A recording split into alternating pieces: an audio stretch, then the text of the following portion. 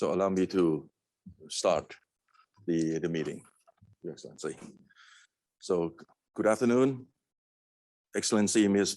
Ana Cecilia Gervasi Díaz, the Deputy Minister of Foreign Trade of Peru, Excellency Ambassadors, who is here on site, and Excellency Ambassador, who's also on the conference, video conference as well. Ladies and gentlemen, so first of all, I have to say, very nice to see the Deputy Minister of Foreign Trade of Peru again. You know, today, we last met not so long ago, is during the weekend, in the APEC MRT meeting. It is our honor to welcome Your Excellency to the meeting between Thailand Latin America Business Council and Peru. I also welcome the presence of the GULAG ambassadors in this meeting as well. Thailand Latin America Business Council has been established since April 2020 to enhance the economic cooperation, fostering business networking, and exploring trade between Thailand and Latin America continent. Even geographically distant apart, the relationship and cooperation between Thailand and Peru is remain close. The trade between Thailand and Peru is growing through our existing FTA, as well as the exchange of the investment and the visit of the business between the two regions. Thailand Latin America Business Council has drafted up the strategy for each Latin America country. For Peru, it is include food sector, especially food for the future, oil and gas, and also mining sector. Thankfully, to the presence of 9 Latin America embassies in the Kingdom of Thailand, the relationship between Thailand and Latin America, including Peru, continue to grow for the past few years. Thailand Latin America Business Council will continue to play the major role in order to foster the business and the economic relationship between the two regions. I do believe our meeting today would allow the exchange of ideas, opinions, which would eventually lead to create the strategic plan and pave the way for more fruitful relation between Peru and Latin America and Thailand for the years to come. Thank you very much. Continue, Excellency. So from now, I do ask, there will be the keynote remarks from Her Excellency Deputy Minister Ana Cecilia Gervasi Díaz, please. Thank you very much. Good afternoon, Mr. Montri, Mahaplerkpong, Chairman of the Thailand Latin American Business Council, Ms. Carmen Azurin, Charge d'Affaires of the Embassy of Peru in Thailand, distinguished ambassadors of the Latin American Group, ladies and gentlemen. It is great to be here with you today in Bangkok. I would like to start by thanking the Thailand Latin American Business Council for hosting this meeting, and also the Peruvian embassies in Thailand and the other Southeast Asian countries for their help in organizing this event entitled Peru's Investment, Trade, and Business Opportunity in ASEAN, which aims at strengthening economic relationships between Peru and Southeast Asia. Economic ties between Latin America and the Asia-Pacific region have expanded and diversified remarkably over time. Globalization and now digitalization have reduced the geographical distance, facilitating trade and investment flows, and building up closer cooperation between our countries. In this context, Peru has sought to build strategic partnerships with the Asia-Pacific region, including through the participation in the Asia-Pacific Economic Cooperation Forum, APEC, as well as the negotiation of trade agreements at a bilateral and regional level, among others. As a result, our trade with Asia has grown over time, and now countries such as China, Japan, and South Korea are among our main trading partners. We believe that there are also great opportunities to strengthen the economic relations with Southeast Asian countries. In 2021, total trade between Peru and ASEAN countries reached $2.6 billion, with a 34% annual growth compared to 2020. Peruvian imports from ASEAN countries accounted for $2 billion in 2021, while Peruvian exports reached $600 million.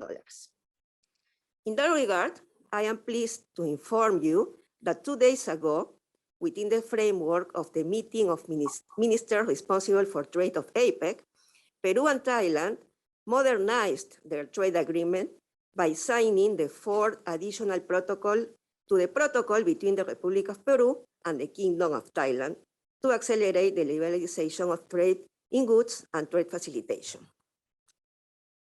I had the honor to sign it on behalf of Peru, along with Thailand's Vice Minister of Commerce, Sansern Samalapa.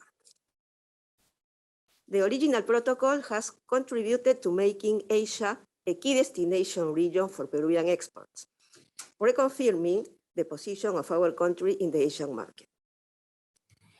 We are sure that there is a lot of space to grow, and from the Peruvian government, we would like to explore ways to promote further collaboration to expand our economic relations. This can be a powerful tool for our economies in order to diversify trade and investment partners and to contribute to the post-COVID-19 economic recovery. In particular, to create business opportunities for our small and medium-sized enterprises, which are at the core of our concerns. On the trade side, the main export sectors from Peru include fisheries, mining, agriculture, and chemicals. On the import side, consumer and capital goods for industry are among the main imports. We also import raw materials and intermediate goods for agricultural sector. Peru stands out for its economic stability and solid foundations, which are the nation's most important pillar foundations. These conditions allowed for uninterrupted economic growth for over 20 years, until 2019, when the pandemic hit the world. And those are also helping us to have an important economic recovery in 2021 and 2022, even in the current challenging times. Peru is one of the mega diverse countries in the world, both geographically because of our sea, coast, and the highlands and forests on the Amazon, and also in terms of number of species of flora and fauna. This provides a strong foundation for the development of our industries, exports, as well as for tourism across all of our regions. Additionally, Peru is an excellent place to do business, as it can be a hub for us as ASEAN countries in their trade and investment activities in Latin America, and especially in South America. Peru also offers great opportunities for investment, as it is a globally integrated economy that has an important network of 22 trade agreements with more than 50 countries. Thanks to this network, the main markets of the world are open for Peruvian products, and millions of commercial operators can enjoy the opportunities that have been generated. All of this, along with serious institutional reform efforts, have been recognized internationally, in particular through the OECD announcement in January 2022 that Peru has been invited to start its accession process to that organization. This is a very important sign that validates Peru's progress and commitment to improve its policies and standards. We hope that the presentations today will bring your interest to Peru and help you find new opportunities to foster trade, investment, and tourism between our countries. We look forward to continue working with you and your governments to strengthen our economic and social ties. Thank you very much.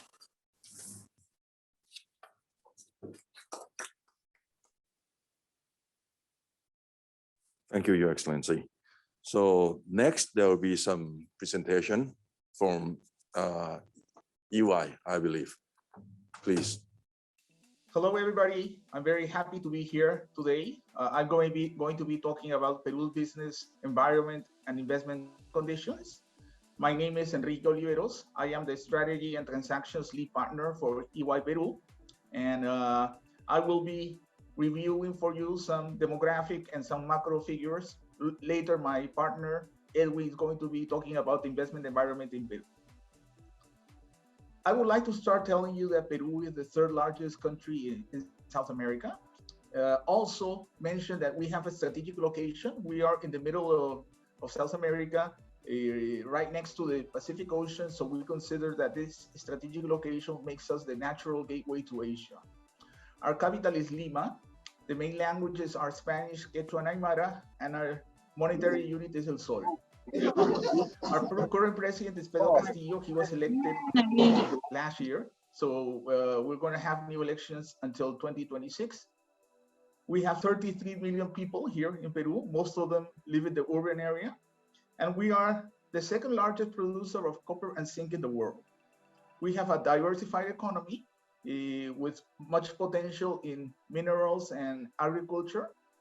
And most of our GDP composition is related to natural resources. We are an investment grade rated country by Standard & Poor's, Fitch, and Moody's with BBB and Baa1 ratings. Regarding our economy, I would like to mention that our GDP in year 2021 was of $226 billion.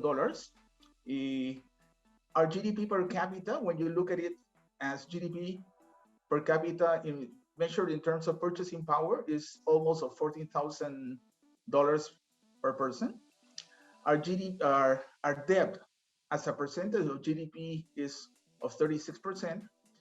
And also, I think an interesting figure to review is that of our international reserves. Our international reserves right now amount to almost $80 billion. That is equivalent to about 35% of our GDP. So we have a very, very strong net international reserves. Regarding our, one of the challenges Peru has is we still have many people who are living under the poverty line. That's about 26% of our population. And regarding our main trade partners, I would say that those are China and the United States. And most of our exports are minerals, agricultural products, textiles, and fisheries. And when we look at what we import as a country, it's basically machinery, petroleum, and byproducts. Regarding GDP growth, Peru has a great story, has been a great success in terms of GDP growth for the last 20 years. However, in year 2020, because of the COVID pandemic, we had a decrease in our economy of about 11%, one of the largest in the region, and it was caused mostly because Peru was one of the countries that had the strongest lockdowns because of COVID. However, in year 2021, we had a very strong rebound, and our country grew 13.3%, by far the most among major Latin countries. And now in year 2022, our economy is expected to be growing at somewhere around 3.4, 3.5%. We have regained stability after also a long and very noisy political electoral process. But in the midterms, this country is expected to be growing somewhere in between the 3 to 4% per year. As I mentioned before, our net international reserves are very strong. Right now, they're close to $80 billion. And this is very important to us because this gives our central bank the opportunity to defend, first of all, defend our currency from any speculative attack but also they have very ample resources, a lot of maneuver capacity to execute their monetary policy, which right now, as you all know, is very important given the current issues we're going through worldwide. Regarding our exchange rate has been one of the most stable in the region in the last also 10 to 15 years.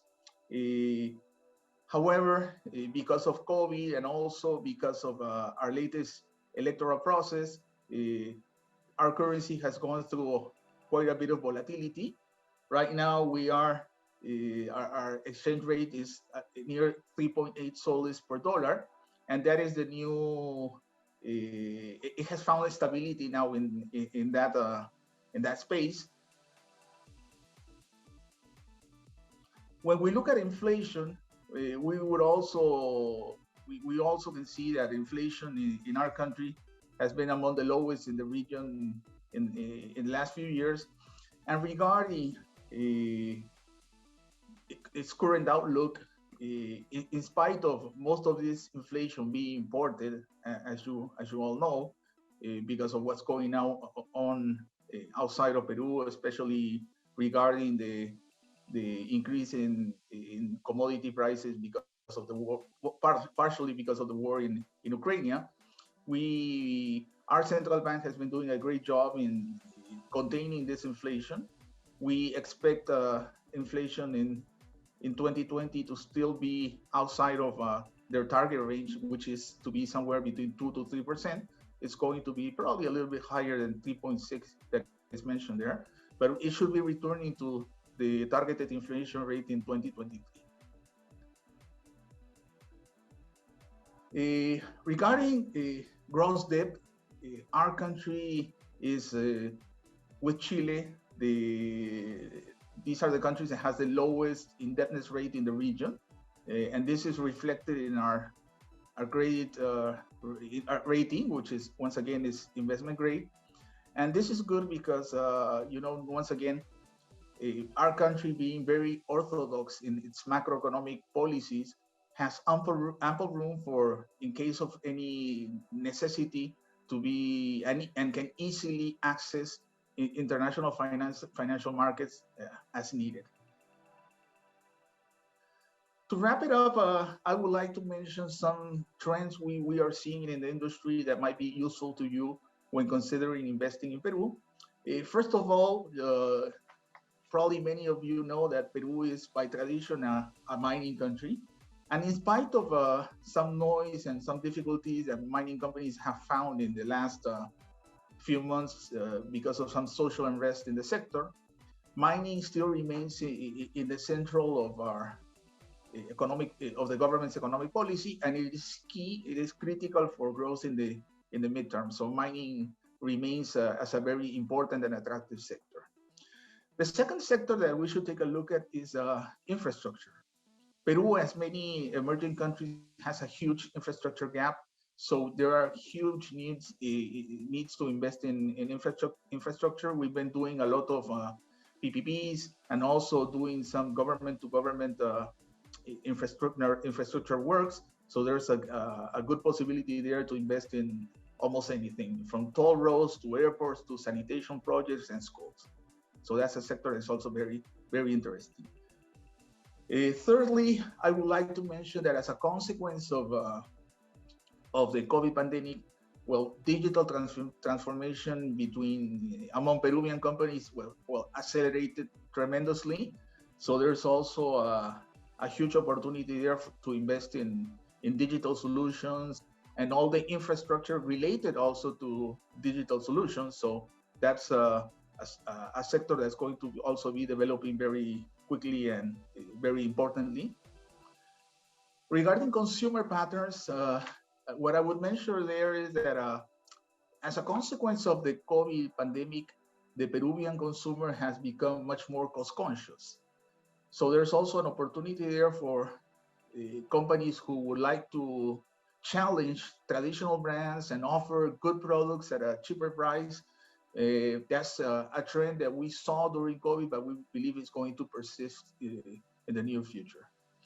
And finally, I would also like to mention that online payments and also the use of online services has increased tremendously also as a consequence of the COVID pandemic. What we have seen is that the use of online banking, for example, has grown dramatically. And we've also seen a huge use of things like online education, online medicine, and we believe, and also of course online retail. And all those trends are here to remain. So there's also a huge opportunity here to invest in e-commerce because and e-education, e-healthcare, because those are trends that are also here to remain. That's all from my part. Now I will pass it on to my colleague who will continue with the presentation. So please, Edwin, go along. Okay, thank you, Enrique, for your presentation. Hello, everyone. I'm Edwin Sarmiento. I'm a tax associate partner of EY Peru. And during my presentation, I will let you know about the legal and regulatory framework that should apply for foreign investment in Peru. So basically, when you are thinking about private investment promotion, we have to think about certain conditions, and we have detailed here some of them. Basically, regardless the specific free capital transfer or right to free competition, or the most important one, which should be the guarantee to private property, we have specific regimes that apply for foreign investment, but specifically private investment promotion benefits. For example, when we have the right to transfer royalties and profits, or right to have access on internal or external financing, this is a very common practice in Peru. So you are able to have local foreign financing to do this for investing in local projects.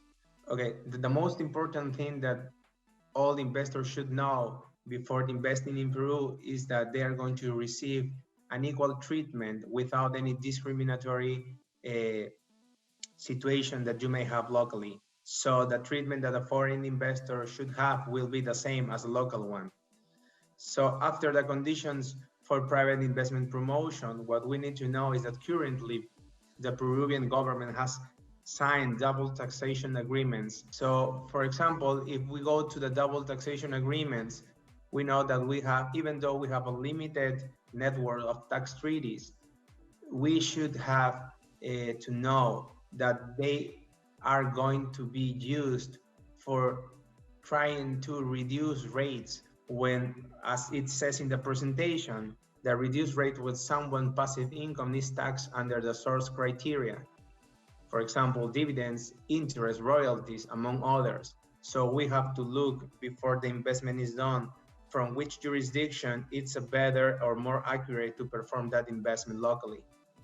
We also have, like we call the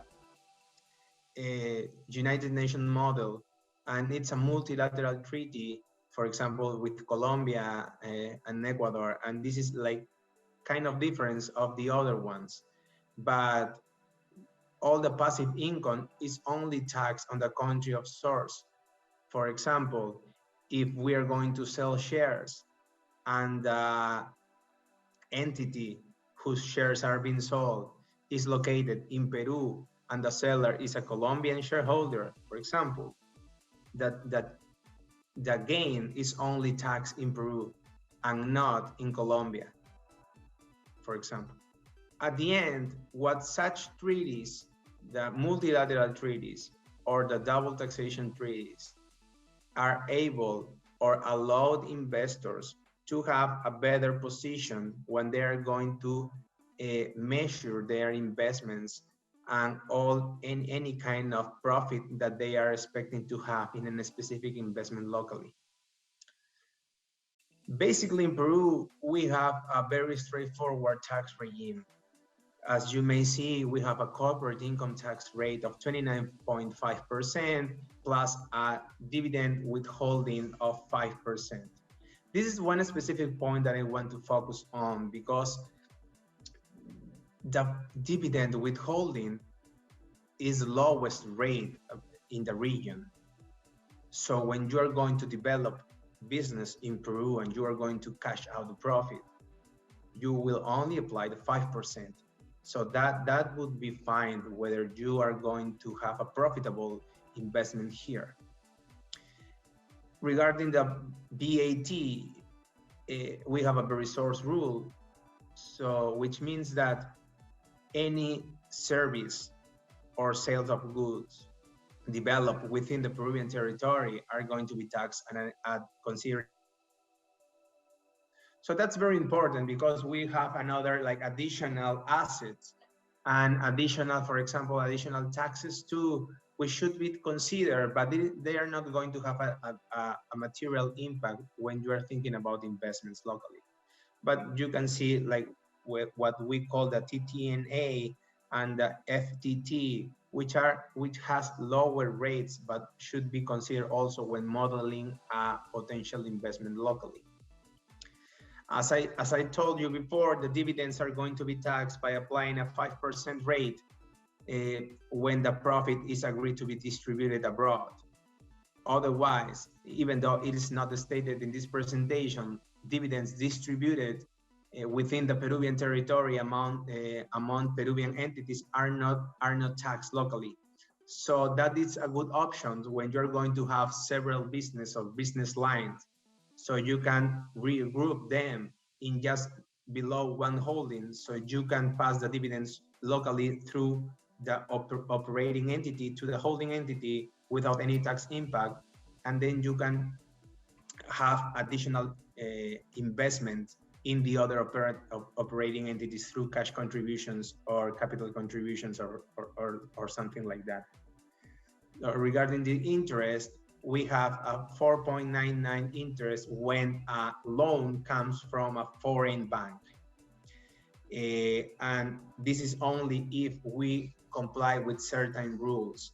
But the 4.99 is usually applicable to foreign bank loans, because if we're going to perform a related loan, all related loans are going to be subject to a 30% withholding tax applicable to the interest effectively paid. Okay, technical assistance, or let's talk about services. The services are usually taxed in Peru at a rate of 30%, which is our regular rate for foreign investors. Okay, digital services, the service should be performed through internet or intranet, should comply with specific requirements to be considered as digital services. Technical assistance service is the exception of all the gender of services. Basically, we apply a reduced rate of 15%. That 15% is applicable to the service which have a specific knowledge and should comply with the regulations in Peru that should have a service to be considered as the nature of a technical assistance. So what I am trying to explain is that not all the services which came from abroad should be considered as technical assistance. Generally, for example, engineering services are considering as technical assistance services. Royalty is just royalty paid from Peru to abroad are going to be subject to a 30% regular income tax rate. When we are talking about tax benefits for investing in Peru, we have, as mentioned, the four main of them are the tax stability agreements, the VAT early recovery regimes, non-restrictions for deductibility of interest, and foreign currency accounting. Maybe it is very important to mention that, for example, the tax stability agreement gives the foreign investor a predictability of the tax burden applicable to its potential investment in Peru. Let's say that you want to invest in Peru, so you're going to invest more than $5 million. So you are allowed to go to the government and request a potential signing of a legal stability agreement, which contains this tax stability agreement. This tax stability agreement make a picture of the corporate income tax regime at the time the agreement with the government is signed. So during the following 10 years, for example, you are going to apply the same tax treatment applicable on the date the agreement was signed, regardless during the time the tax regime changed or not. So this is very important because when you are thinking about coming to Peru and invest, you would be able to have a predictability during the years about for modeling your investment and the tax burden, the tax burden that will be applicable here. Finally, I really appreciate your time on this, and I give you this QR so you can scan, because we have additional guides, investment guides that we prepare with the Ministry of Foreign Affairs. So just scan the QR, and if you have any additional query, just let us know, and we are very happy to assist you on anything you will need. Thank you. So, thank you very much, EY Peru, for such the informative information of investing in Peru and all those tax and legal issues. Allow me to move forward into the agenda, which will be the presentation on Peru investment, trade, and business opportunities for ASEAN. That will be presented by Mr. Erick Aponte, the head of Commercial Office of Peru in Bangkok-ASEAN. Please, thank you. Good afternoon, everyone. I'd like to thank the Thai Latin American Business Council, as well as my esteemed Vice Minister, for allowing me to present to you today. And I'd like to thank those of you who are tuning in from the various ASEAN markets. Thank you all for your interest in Peru. As mentioned, today my presentation is going to cover 3 pillars: investments, exports, and the tourism sector as well. A little bit of difference between my presentation is I will also be discussing a few opportunities for Thai-based companies and ASEAN-based companies in Peru as well. So it's definitely more of a two-way street presentation than we have had previously. We'll jump right into our first slide, please. One more. Okay. This slide lays out the positive place within the region Peru has with very recent benchmarking. Here you can see that we've demonstrated the opportunities for investors to have faster processing, lower cost, and increased flexibility for your investments in Peru, which has also been discussed by Ernst & Young, as well as a safe environment for your investments, a proper legal framework, and incentives for targeted industries. One of which, next slide, please, is our agribusiness industry. For those of you who may not know, Peru is a superfoods territory. We are known to produce all types of superfoods. Fruits, vegetables, fresh, frozen, processed, grains, whatever it may be, we have excellent products. And that is supported by the biodiversity we have in our country, a very geography, topography, many climates and microclimates that we have in Peru as well. And incentives in this industry are also supported by a strong business network that is constantly innovating for us to be able to continue to bring out new products. And we have very competitive metrics within this industry, obviously, because of the experience we have. Next slide, please. When you have this much experience in this particular industry, obviously you have success stories. Here you can see a description of PepsiCo and Vanguard. And by the way, this presentation can be provided to anyone who wants, so you can read the details in it. But this also provides opportunities for startups and for growth companies that are in need of investment in order to reach their full potential. But as I mentioned when I first started this presentation, this is a two-way street. So what has Peru done for the ASEAN region? Here, I can give you one example for Thailand specifically, and that's Thai. This is a Peruvian-based company that effectively exported their entire value chain and set up operations in Thailand for manufacturing, production, and sales. And they've been doing extremely well over the past decade. we have, and we are currently, my office is currently helping another company within the same sector replicate this model in the Philippines. Additionally, we're helping one company that's in a completely different sector explore the opportunity to set up a distribution center, if you will, in Singapore to oversee the entire ASEAN region from Singapore with a completely different product. And again, following this theme of the two-way street, we are also helping a Malaysian-based company who currently buys superfoods from Peru and has expressed interest in establishing themselves in Peru for production and, next slide, please, manufacturing. Here you see we have a strong regional competitive advantages again, just like in the previous investment slides. And some are directly or indirectly related to the agribusiness sector. In this case, obviously, the containers and packaging is directly related. Next slide, please. But here we have mining, supplies, and services line, which is also a very important industry for us, where investment is needed for engineering, chemical and auxiliary products, et cetera. And next slide, please. The construction material sector also has many opportunities because there's constantly opportunities within the construction growth industry in Peru. And all of these are critically important to Peru. Next slide. Now transitioning into our export sector. Overall exports last year increased, as you can see here, by nearly 35%.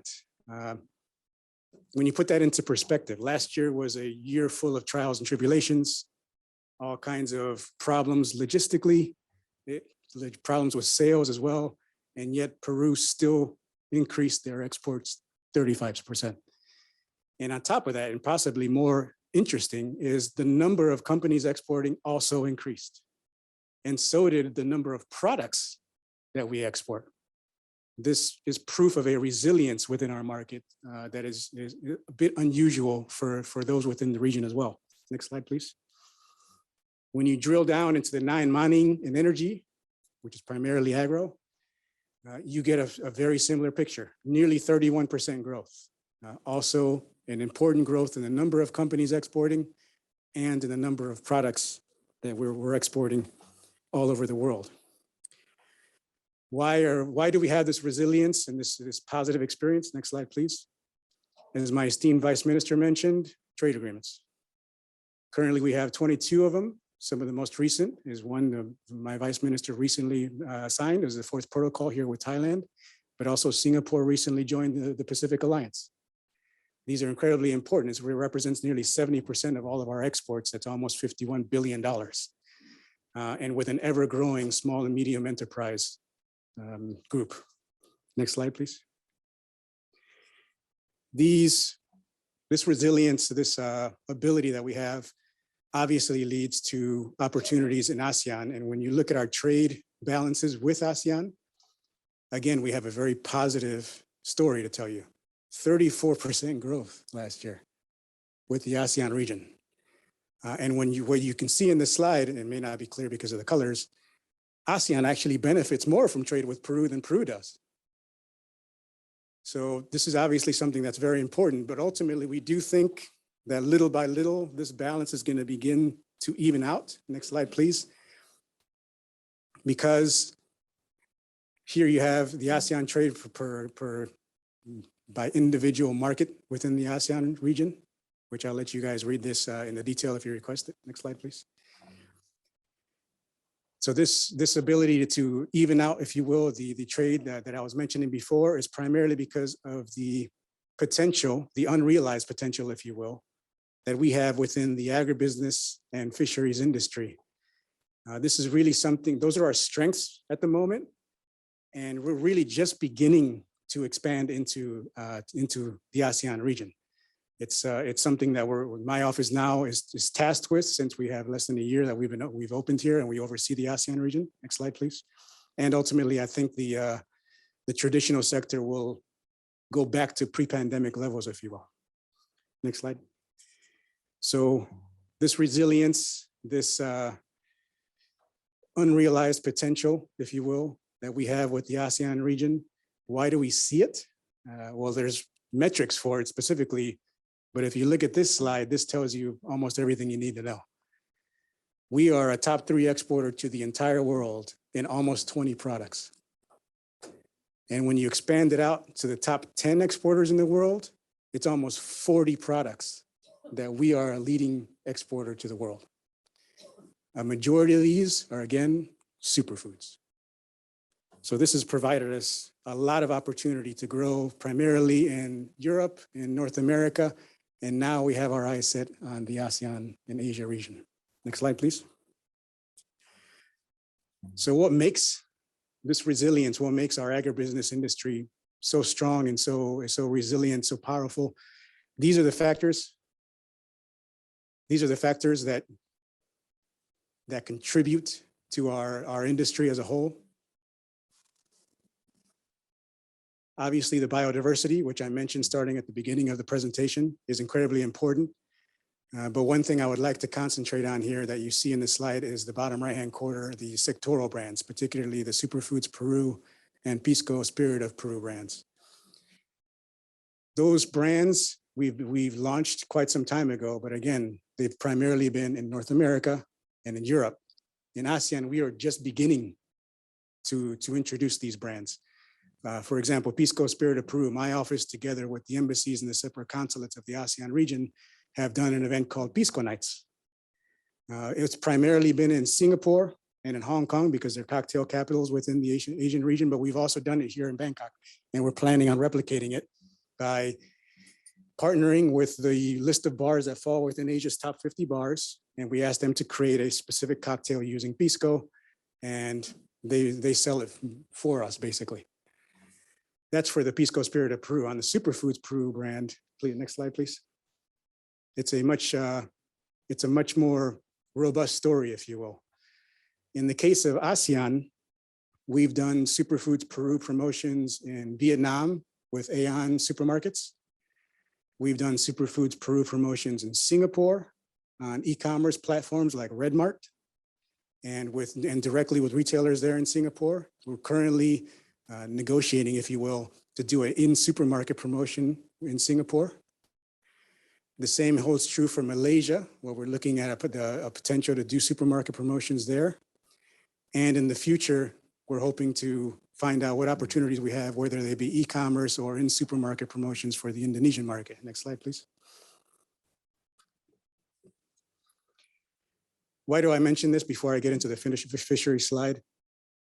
These promotions that we do, they are investments, obviously, in our products because we believe in our products.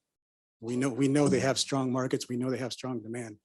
But these investments that we make are to local ASEAN companies. That means we're evidencing with our own investment that we believe in the ASEAN market. We know how important it is. We value it, and we want to see that bilateral trade grow with the entire ASEAN market. And our superfoods promotions aren't limited to fresh fruits and vegetables and grains. We have a very robust and developed fisheries industry,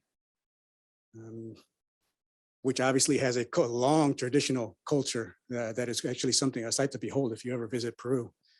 But one thing I'd like to stress on this slide in terms of the factors that help develop our fisheries industry is the sustainability. That is something that is so important around the world right now, is the ability to sustainably produce your products. Next slide, please. Here we have some of the products that we have identified for the different ASEAN markets in terms of the fishery industry, that is. And these are also promotions that we're hoping to do and add to the Superfoods Peru promotions in the future as well. Next slide, please. One of the sectors in which we may have the most unrealized potential is our manufacturing sector. Next slide, please. Here are several products that we have identified for the different ASEAN markets. And one of those products is ceramic tiles. I'd like to make special mention of that because I used to direct the office we had in Miami. And there we actually participated in an event called Coverings. And there we showcased our ceramic tiles as well as our flooring, our wood flooring, and articles that were related to flooring. And I got to tell you, we had probably the highest quality product I could see in that fair. It was amazing, the products that we make for flooring. And we see opportunities for that in ASEAN as well. Next slide, please. For companies, for example, in Thailand, unrealized potential for Peru, I think are in the motor vehicles sector, particularly diesel-powered trucks and their replacement parts. That has opportunity for companies who are exporting from ASEAN that could have an opportunity in Peru as well. This website, www.perumarketplace.com, will give you information on all our exports as well as our internal industries. That could also be an opportunity to identify sectors in which Thai and ASEAN-based companies could have opportunities with Peru as well. Next slide. But I'd like to finish with the last pillar, which is tourism. Next slide, please. Those same geographical, multi-climate, biodiversity, topography, variables and factors that lead into the production powerhouse that we've become for superfoods. If you think a little further than that, it actually creates natural gems in Peru. It's things for you to see that I'm not exaggerating when I say Peru is almost a world unto itself. We have coastline, we have deserts, we have mountains, we have the Amazon rainforest. Pretty much anything you can imagine naturally can be seen in Peru. It is truly beautiful. Next slide, please. Here are some did you know facts for those of you who have children that like trivia. There are opportunities to know some facts about why it's interesting to visit Peru and they're not commonly known, if you will. Next slide, please. Obviously, when we have visitors, whether they be for tourism or for business, our highest priority is to keep you safe. So biosecurity measures and recommendations are listed here. And again, this is something that can be read a lot more easily if I send you the presentation. Next slide, please. But there's something I'd like to finish on. If you've gone to Peru, for those of you who have, if you tried our world-renowned cuisine in Lima, for example, and I'm not exaggerating, it's world-renowned. We have some of the best restaurants in the world.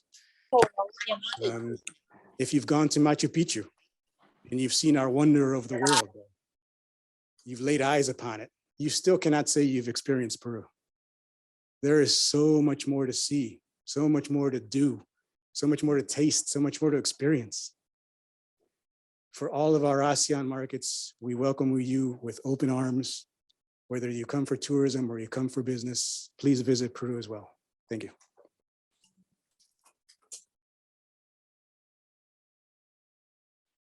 Thank you, Eric, for such an interesting presentation on the opportunity, of Peru. So allow me to move forward into the agenda, as we have quite a limited time on this. This agenda will be so-called the open discussion, and I would like to giving the floor to Her Excellency, Deputy Minister, of Foreign Trade of Peru, please. Well, thank you so much. I think everything we wanted to convey to you today has been said. I only would like to tell you that after the pandemic, Peru is back to business, and we want you to be our partners. Thank you, Your Excellency. But I myself would like to have one request, actually, and one request not asking for only Peru, but also Thailand, Latin America Business Council, and also all GULAG countries all together, that we have been set, the timeline in order to make sure that APEC Thailand, which is APEC Business Advisory Council of Thailand, has already initiated the concept of Pacific Alliance in ASEAN, FTA, a few years ago in APEC Business Advisory Council meeting. And I believe that, this year, Thailand is the host country for APEC. And we send the message to the leaders. We already draft up the recommendations. And I believe that the concept of PA and ASEAN FTA will be a part of it in our recommendation to the leaders. But again, Peru will be the host of APEC in 2024, right? So that means, when Thailand start initiating, I just would like to ask Peru to push a little bit harder on that concept. So the PA and ASEAN FTA will be able to come true. And again, as I mentioned so many times, very intensively, that this concept is not limited to PA members. So that means any Latin America countries can also be joining this concept as well, because within the draft paper this year, we also proposed the concept of A-X. So that means any countries that would like to join and are ready to join, those countries are welcome to join. So it doesn't matter whether you'll be the member of PA, you're a member of ASEAN, that only the initiatives. So that means we initiate that happen, and then the members countries, member economies, and non-member economies can also join this concept. So the whole concept is there. And that means GRULAC also can join, in this mechanism. Because, APEC Thailand do believe that the critical mass of pushing this thing forward is the key. So FTA can happen only on the critical mass, because, small country doing the FTA, the critical mass will not be that big comparing to the region. So we do believe so. So if I may, I just would like to ask that we already initiated that, and would like to ask Peru, if Peru have a chance to be the host. Anyway, in 2024, allow me to ask that please keep pushing this thing forward. And it probably, use a lot of effort and power, but again, if not, how can it be successful? Right, that will be our request on that. Thank you very much. So if there will be any other open discussion, any topics that anybody would like to raise up in the meeting, allow me to ask you to do so, please. Thank you. Thank you. Good afternoon, everyone. I wanted to thank the Deputy Minister of Foreign Trade of Peru and the Federation of Thai Industries for this opportune meeting. And I would like to thank also the presence of the Ministry of Foreign Affairs and the Ministry of Commerce with us today, and the Board of Directors of the Thai Latin American Business Council. We are honored to have Peru's Deputy Minister of Foreign Trade today and her colleagues. And we would like to highlight that Peru's presentations today are a brilliant example of the huge potential that Latin American countries and the Caribbean and ASEAN have to promote trade and commerce. There is a lot we can do, both in traditional sectors and also in innovative fields. We should aim at a higher stage in our trade relations with ambitious goals, both in traditional products like Peru has presented, and also, as Peru has indicated, in innovative ways of doing trade. Thankfully, it seems like COVID may be declared as endemic in Thailand soon, as we have learned. And this poses a great opportunity to resume with the Ministry of Foreign Affairs the traditional Latin American link mechanism that has been postponed for 2 years now, and which is a valuable tool for us to meet in Latin America, in Peru, in other Latin American countries to be able to discuss there the huge opportunities that we have in this field. And now that we are moving towards Peru's hosting of APEC in 2024, I think 2023 will be a great scenario for us to resume the traditional Latin American link mechanism and choose some Latin American countries to be visited by the Ministry of Foreign Affairs, the Federation of Thai Industries. And I cannot emphasize enough how thankful we are to you, Montri, and to the Ministry of Foreign Affairs for facilitating the Thai Latin American Business Council initiative. This is going to help a lot.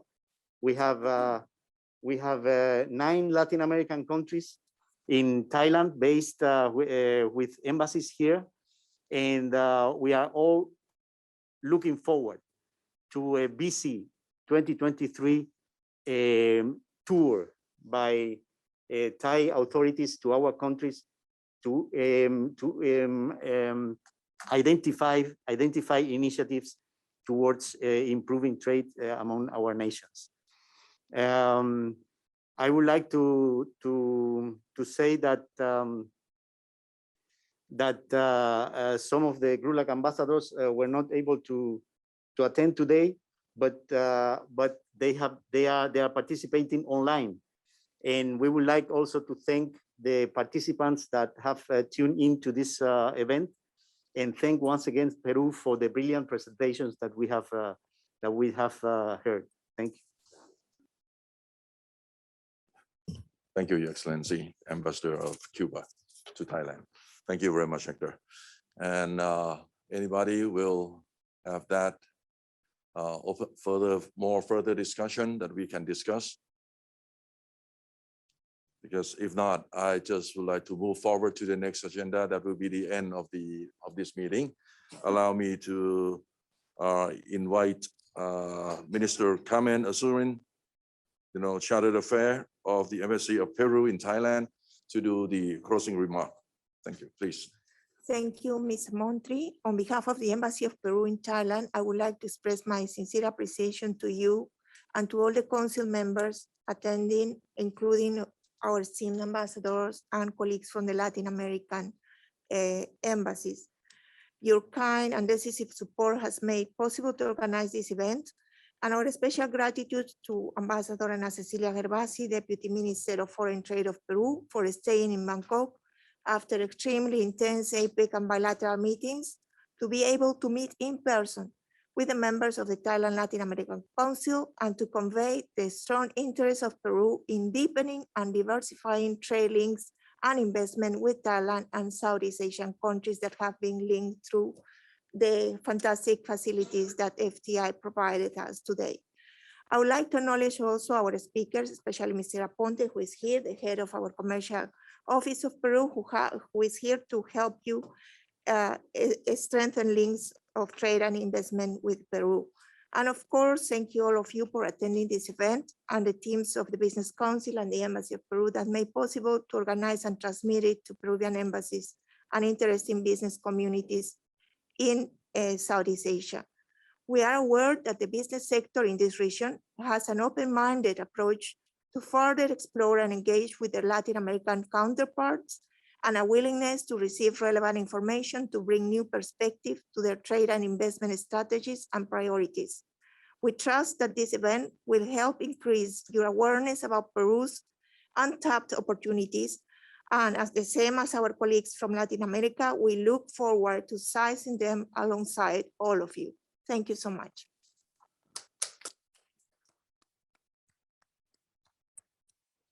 Thank you very much, Minister Carmen Azurin.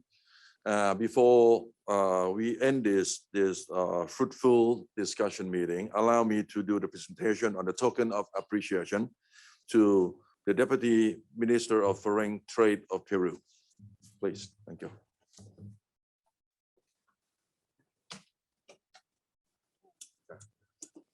It's a little bit moving. And if I may, just like to ask, the ambassadors of FLAG as well, to join the, please. And the director from the Thailand Latin America Business Council. ท่านรองด้วยครับเรียนเชิญครับท่านผอด้วยครับหมอนุ้ยครับเรียนเชิญครับ It's be a little bit troublesome bringing back to Peru.